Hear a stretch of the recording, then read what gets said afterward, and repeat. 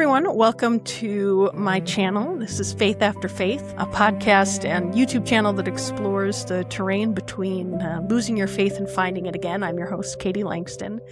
And today I'm excited to talk to you a little bit about what happens when you have a faith crisis or a deconstruction experience, especially to your identity. I think a lot of times folks are surprised at how absolutely disorienting and terrifying, honestly, existentially terrifying it can be, especially if you come out of a high demand religion or group. And, sometimes you think, gosh, it shouldn't be this difficult just to find out that, something that I believed in may not make sense anymore. But the fact is, it does. It creates very significant disruption. And that's because it is more than a crisis of faith, but it's a crisis of identity. And in a podcast I'll release alongside this solo video, I did an interview with Natasha Helfer, who is a marriage and family therapist. She is a sex therapist. I know her from the Mormon feminist internet, which is a more exciting place than you might think. And she's worked with a lot of people who have gone through religious deconstruction and faith crisis and that sort of thing, particularly coming out of Mormonism. But I think that a lot of these principles apply kind of across the board. And she said something that I thought was super wise. She said, a faith deconstruction is an entire identity makeover. Your worldview explained everything. So if the worldview changes, everything changes. And I think that's true. I know that for me, when I began doubting my faith, it felt as if my entire sense of self was kind of suddenly up for grabs and I was in free fall. And I think that that's pretty common. So if you're going through that, you're not alone. When I was leaving the LDS church, I was blessed to have a group of very good friends who we would get together and some of us would drink wine and some of us weren't ready for that quite yet, but we would get together and just process not only the theology and the deconstruction itself, but also our emotions around it. And I had a very dear friend who said, it was so easy because before this happened, I felt like I was on a conveyor belt where it was like, okay, and for Mormons, that conveyor belt kind of looks like baptism at 8, and then you go to primary and you go to young women's, and then maybe you go on a mission if you're a woman. You might, I did, but then you go to the temple and you get married and you have callings and then you raise your children and they do the exact same thing. And at the time, her kids were about to step onto the conveyor belt in terms of baptism and in terms of studying women or the young men's program or whatever.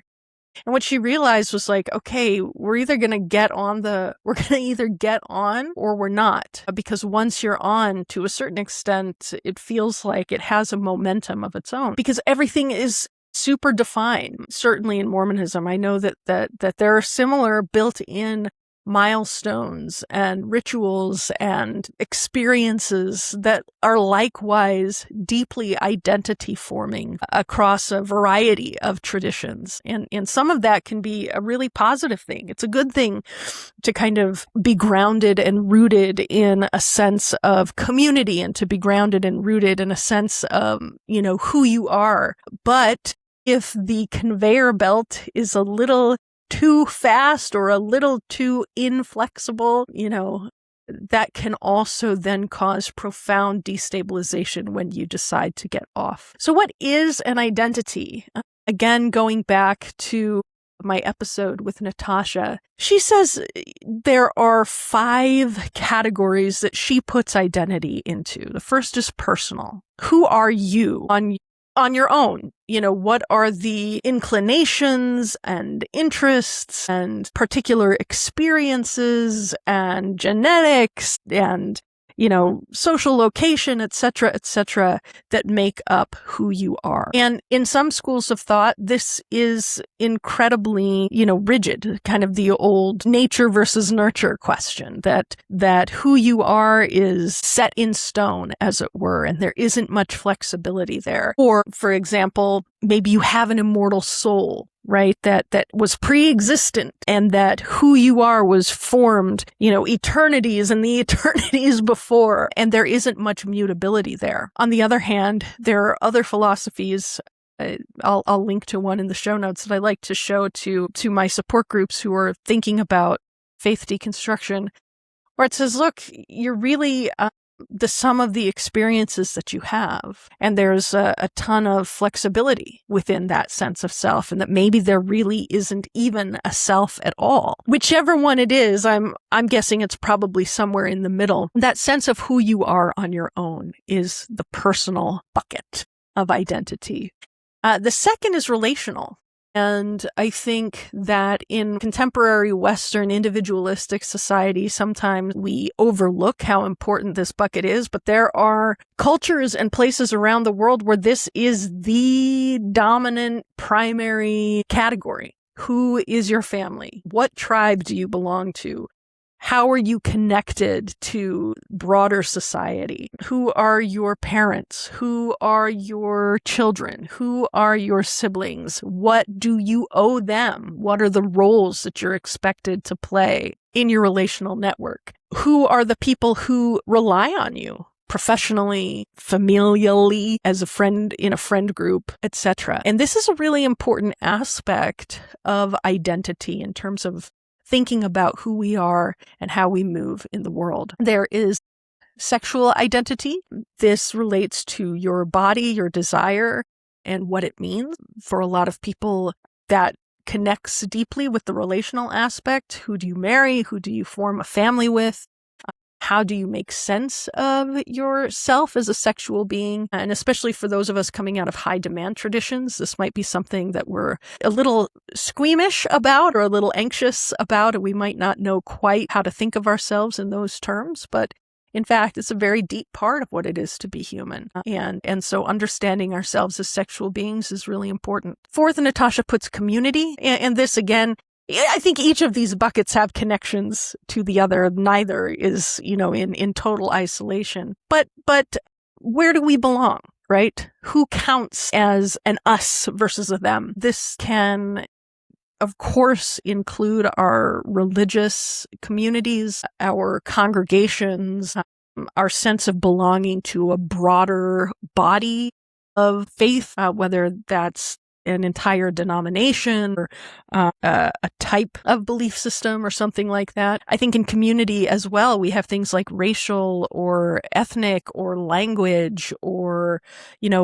subcultures. Those sorts of issues of identity belong there as well. In this day and age, we have digital communities and online communities that can be every bit as powerful as in-person communities in many ways. Certainly, I know that here in southern Utah, if it weren't for my, Minnesota Lynx group chat, I would not have that many people to geek out about my favorite women's basketball team with. At the same time, community implies sort of a sense of responsibility.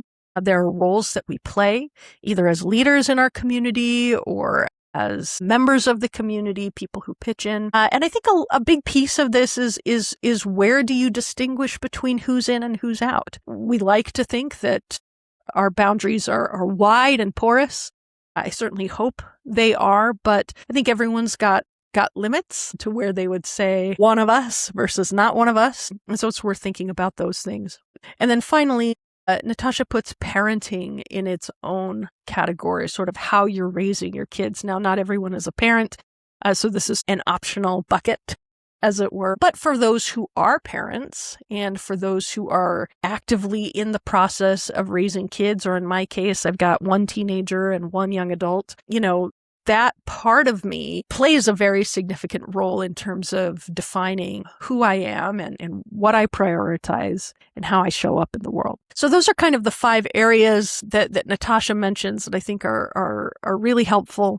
So I think one of the issues that is most challenging for people who are coming out of a high demand or difficult religious experience is that if you were in a culture that gave you more or less the conveyor belt model, right, where you have to conform because they tell you who you are and who you're supposed to be, and they hand you a narrative and a structure and they say, fit in this box, right?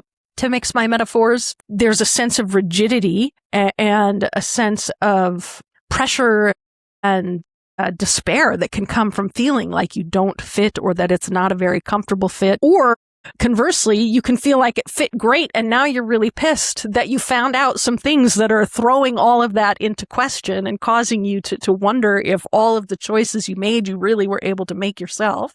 So on the one hand, there's sort of that high pressure, high demand expectation. But then on the other, in our broader culture right now, there's sort of the sense of a blank page. So if in the conveyor belt, you're conforming, then in the blank page, you're performing.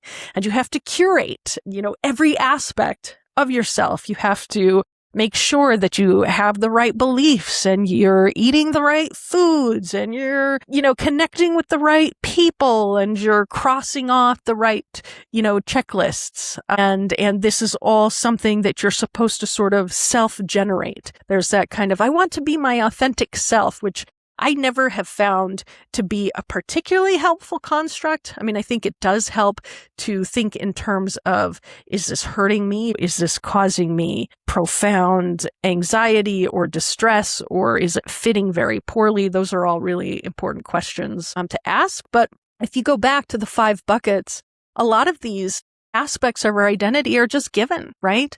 They just are. We don't control them. And it's sort of a myth, I think, that we can curate or, craft an identity from scratch. I think, again, something healthy is somewhere in between. And what if you neither have to conform or perform, but you're allowed, especially in this period of exploration and in these changes that you're going through in your worldview, what if you're allowed to just be, right? To just let yourself be where you are without needing to have all the answers. And I think there are 2 questions that are more helpful to be thinking about. And one is an inward question, who am I?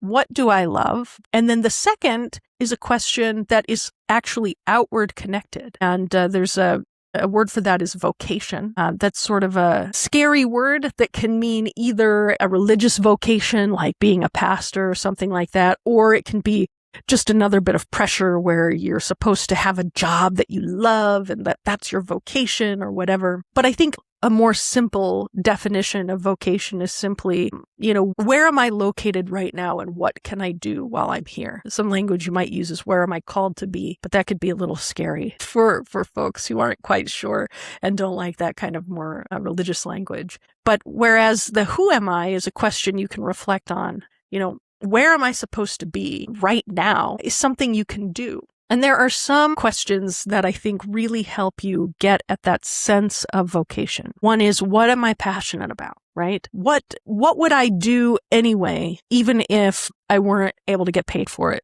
Or what do I really care about? I kind of knew that going into ministry was the right thing for me when I realized that I was always going to be reading religious books and talking about these things, questions of life and meaning and God and all those kinds of things, whether or not it was my job. I was like, okay, that's something that I have a lot of passion about. What gets me energized and excited? What fills you with life, right? What helps you look forward to, what do you look forward to doing? Third question, what breaks my heart? What makes me angry? Sometimes we can understand as much about maybe where we're supposed to be in this moment and the work that we're supposed to be doing right now, as much in terms of what we look around and see isn't right, as much as what we look around and see is right. And so think about those places where you do feel angry, where you do wish that things were different. And then perhaps ask, okay, well, what could I do about that? And then finally, the question is who or what is actually in front of me right now? I've had friends going through difficult experiences. Maybe someone that they love has died, or they need to be a caretaker, or whatever. And sometimes your vocation is just to tend to whatever work is in front of you right this moment. It doesn't have to be big and aspirational. It can be something as simple as grieving. It can be something as simple as caring for the person or the people that have been placed in your path. It doesn't have to be like this big life-altering, dramatic thing. There's a beautiful quote by Frederick Buechner that says, "Your vocation is where your heart's deep gladness and the world's deep hunger meet." And so thinking about that intersection of where is there both a need and where is there something that is stirring in you to do, that's a good place to begin. And I think that a lot of times we discover more about the question, who am I, when we're engaged outwardly and actively in something that brings us joy. Now, a vocation isn't something that you have to do forever. Right? Every season, I think, has its own vocation. Very few vocations are lifelong. Maybe your vocation right now is to get through the deconstruction process and begin to find a way to reconstruct healthily. That's a lot of work. That's something that's right in front of you right now. You can do that, and that doesn't mean that you'll always be there. The bottom line, though, is this. Whatever you're going through, whatever you're experiencing right now, know that you are loved, and your belovedness is never on the line. I think a lot of the existential angst that we experience when we go through a disruption in our identity has to do with the question, how do I know I'm loved? And what I would say is that the reality is that that is a given. That is never at stake.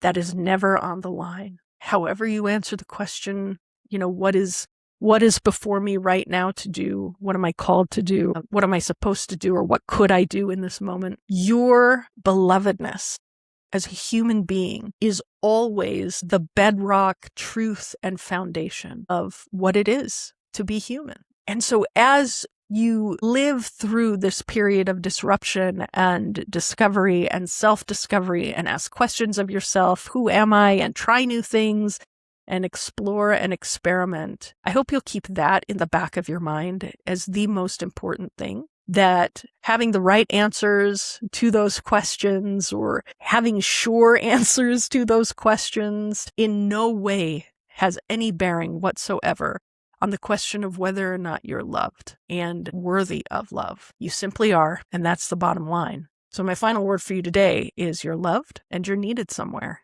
And this process of identity exploration and re-exploration, deconstruction and reconstruction. Hold on to that. This journey and this process can bring you to a place of more health, more sense of stability and security in yourself, and more love for others. Until next time.